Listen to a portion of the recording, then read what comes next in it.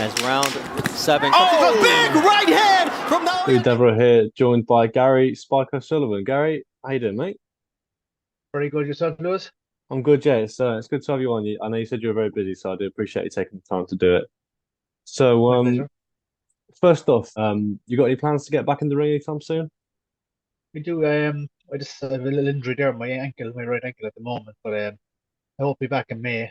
My last fight was actually last May in New York. Fought there's Landy Lara for the Yeah. WBA middleweight title. It's been a while, unfortunately. So, what was it that went wrong for you in that fight? To be honest, I never kind of liked fighting southpaws anyway, and I mean he's one of the arguably the all-time great southpaws. Cuban, multiple times world champion, amateur and professional, and southpaws, but it just didn't help.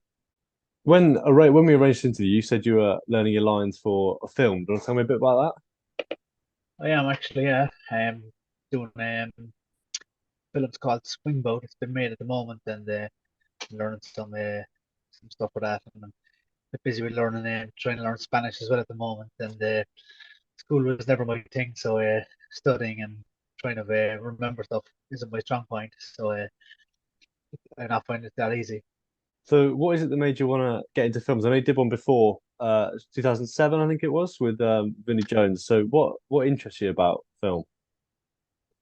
I've actually done a couple of films. I don't know, I just find them interesting to watch back, I guess. And I like watching films, and I like to be in a couple of good ones. And I think this one could actually be really good. I look forward to, you know, playing the part in that. It's only a small part, but you gotta start with small pieces, I guess. Still counts, yeah. Is that something you want to get into maybe full time after boxing, like film after film, like bigger and bigger roles, or I'd like to, yeah, if possible. I'm not sure that's possible. I don't know. I don't know how good I'm going to be at it, but I'll give it a shot.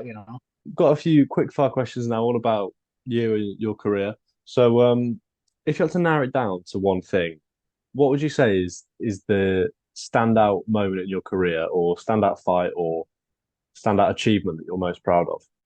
I fought Anthony Fitzgerald in the Tree Arena in Dublin, in Ireland. Right now, 59 seconds. That was one. And he's a tough fighter, and he fought two world champions previously, and he hadn't been knocked out by either of those. And when I fought then Antoine Douglas in Quebec in Canada in 2017, that one as well because I got a contract for Golden Boy Promotions, which was great for me. So either one of those, I guess. Yeah, you were a big underdog for that one, weren't you, Antoine Douglas? He was meant to be like Yeah, a big up and coming prospect, and yeah, knocked him out. yeah, I Yeah, remember he'd like an 8 pack, and he was yeah. taller than me, bigger than me, but the hunger was a great loss for that one. There's no way he was going to be. Who out of all your opponents is the person you've disliked the most? I didn't like Fitzgerald when I was fighting him, but we've since become friends, and we text now most weeks, believe it or not. There was kind of genuine hatred there at the time, and I didn't like Lemieux either, David Lemieux.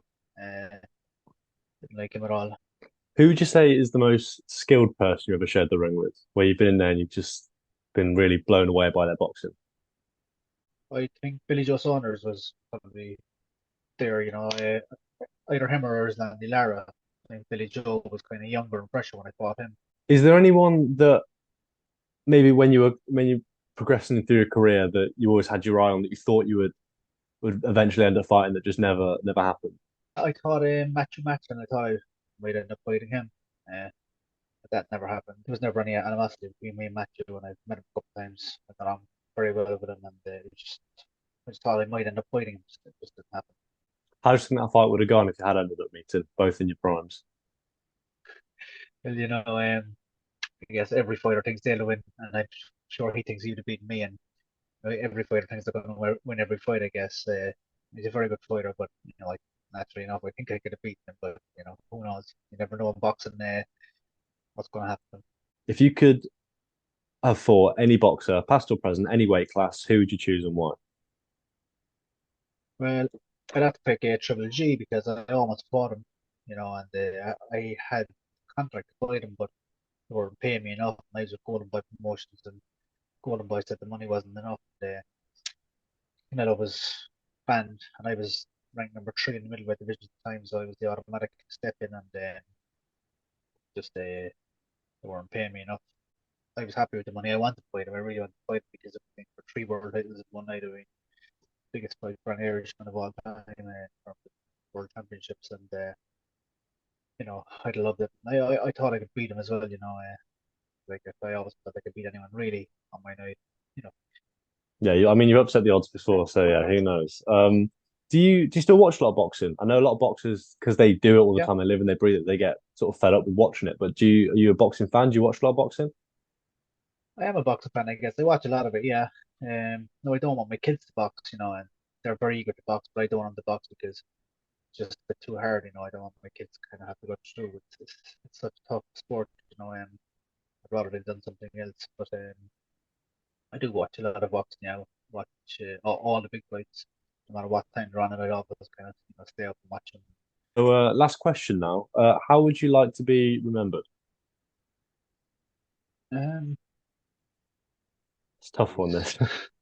I'm always interested in people's answers. I guess as a good boxer, I suppose. I think I was even though I don't think I showed as much boxing qualities that I actually have. Got a lot of power and went for a knockout more than what I should have boxed. I should have boxed a bit more in my career. I think I haven't shown, because I was amateur national champion here as well in Ireland. Like boxed quite well, but I haven't always showed that. As I think I'm a bit of a headhunter, as my dad says. I'm always looking for a knockout. Brilliant. Thank you. Cheers for that.